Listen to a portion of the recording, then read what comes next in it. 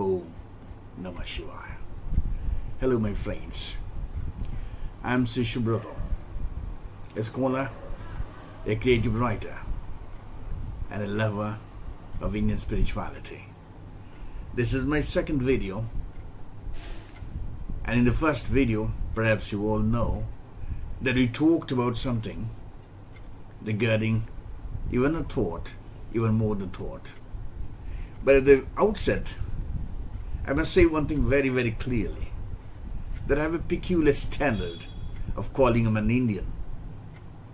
It doesn't matter whether he's a citizen of India or not at all, but it doesn't matter where he lives, maybe in Canada or in Costa Rica, but at least an Indian must have an information, a basic knowledge of the Vedas, of the Upanishads and the Bhagavad Gita. After all, they are the essence, the spirit, the life force, the soul of India. And so it seems crazy sometimes, but it is my craziness, yes, true. So, but the basic question is, as we talked over earlier, is that do you ever feel that you are not living your own life? You are not living what you actually are. You are not living what you really are. You are not thought. You are more than thought.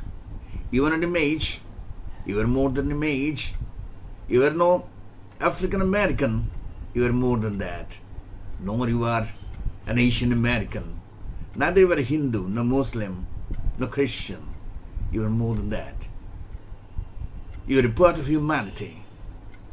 You are humanity. But the point is that whether we go in this manner or we go in a different manner, we create, or with the help of the family and the society, we create a different kind of style of ourselves. We create image of each of us. You're born and receive a tag that you belong a child of a higher caste, and immediately or afterwards your brain started downloading the whole history of a higher caste. Similar happens with the lower caste. Similar happens with a Hindu, a Muslim, a Christian. You started downloading the whole history, sometimes of torture, sometimes of oppression, sometimes of bitterness, looting, raping, and so on and so forth. But the question is that, why should we take responsibility of those history? Good or bad, golden or made of steel, all these are chains, germs, cancerous germs. The society give you, attribute you to make your own image. And you make the image and you do not know that you are already made yourself claustrophobic, closed, segregated, divisive, megalomaniac sometimes. Many diseases, mental, are very much related with the societal norms of giving tags, adding tags in each and every individual from the very birth. I love to I just remember one famous saying of the philosopher Rousseau, a political philosopher, a great philosopher. He once said, man is born free, but everywhere is in chains. Now this chains, this is very valuable words, because it is still running and very giving much value, much importance, because these chains are nothing but your images, by which you are constantly dividing yourself, constantly closing yourself from others. you are not what you actually are. That's the tragedy of the whole situation. Thought cannot solve all your problems because thought itself is the problem. And this video, in this case, we just want to draw the situation further. We want to say that while you make your image, you are actually making you diseased. You are actually, in the name of development, in the name of society, you made your brain, your mind, your thought process diseased. Now you can ask me that if this be the case, then how to solve the case? And at this point I will say, break your image. Now how to break your image? First of all, why should I break my image? I gave you examples that you isolated yourself. You have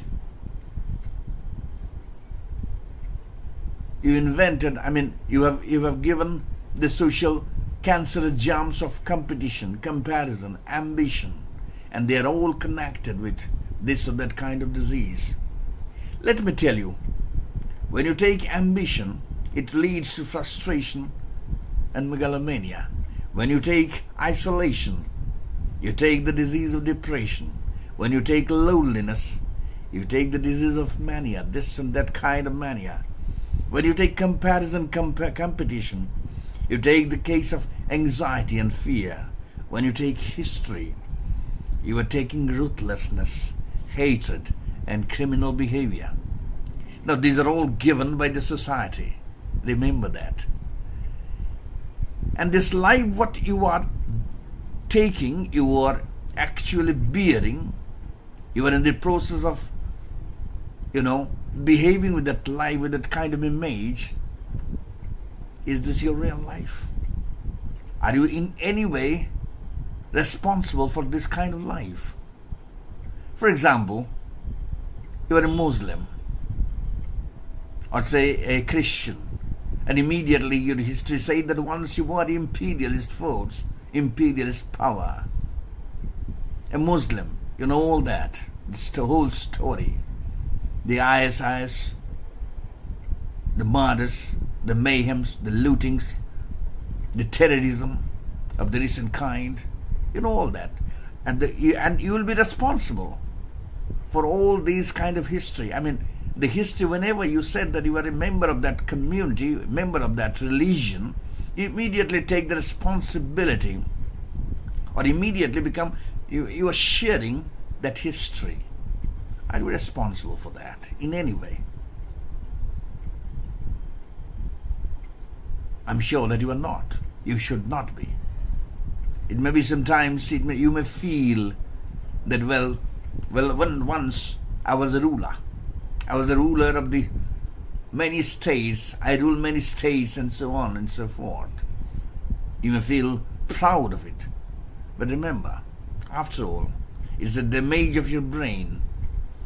You are losing one very, very important aspect of the brain, seeing something totally, holistically. Whenever your brain is full of images, they are taking you to a life of illusion, a life of wrong identity, a life of untruth, for which you are not responsible. Now my question is, if you are interested and if you like this kind of life to carry on, you are free to do that. But if you are interested of truth, of a different kind of life, of a different dimension, because for all these you are not at all responsible. Are you responsible for your caste?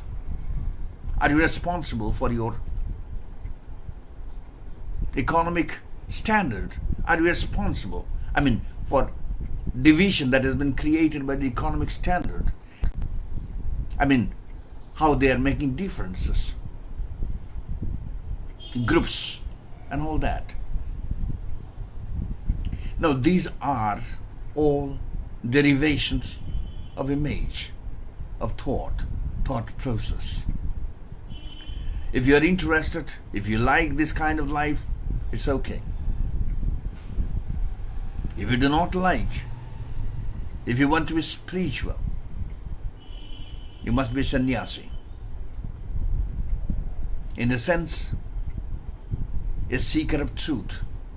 And a seeker of truth can never go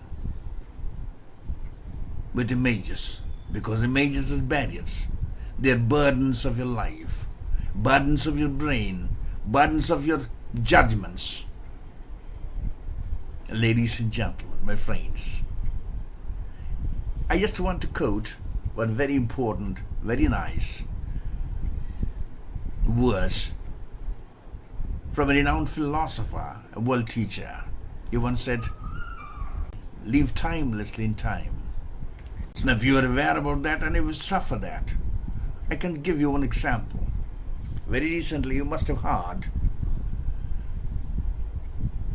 the words of Meghan Markle, a British royal family, and our dear Princess Diana. They suffered too much because they had to keep image of the royal family. This image is dangerous. It can kill you. It's precious. Its do's and don'ts will kill you. Remember. Now, if you're frustrated, if you want to see clean sky, if you want that there should not be any kind of standards all the time, that dividing, clouding your brain, your mind, your eyes, then you should break your image. Break your image and be without barriers. I just want to quote one fantastic sloka of Shankaracharya, the greatest Advaitin ever born. He once said in his famous Nirvana Shatakam, he said, Na punyang na papang na shokhyang na dukhyang na mantro na tirthang na bedana jagya ahang vojanang naiva vojyang na vokta chidananda rupa shibuyam shibuyam. In a very brief, if I express the meaning of it in a very brief manner, he said, I'm neither Napunyam, I'm neither virtue nor vice, I'm neither pleasure nor pain, I'm Satchidananda Shiva, I'm Shiva. I'm truth, consciousness, bliss, I'm Shiva. It means if you break the image, you will rise yourself and rise you yourself to that level where you experience. At this moment you can experience that level is level of light, a level of energy, a level of consciousness or awareness, whatever you call it. I don't want to take you to that and mystical words of Satchidananda Brahma. But just I want to tell you one thing very, very clearly, that when you deny or when you break your images, you rise yourself. And when you rise yourself, you are very close to yourself. I just want to make you one thing very, very clear, that be what you are, what you actually are. Be what you actually really are. You are not image, you are not thought, you are more than that. And when you break image, you are very close to the truth. It sounds very, imaginative, very theoretical.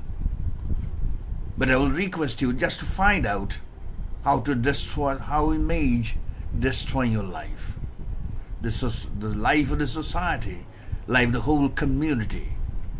How society, by means of these cancerous germs, creating division of the mind. And I'm going to request you to be a sannyasi, to be a true seeker of truth. Break your image. Be a seeker of truth psychologically. That's very important. Seeker of truth psychologically.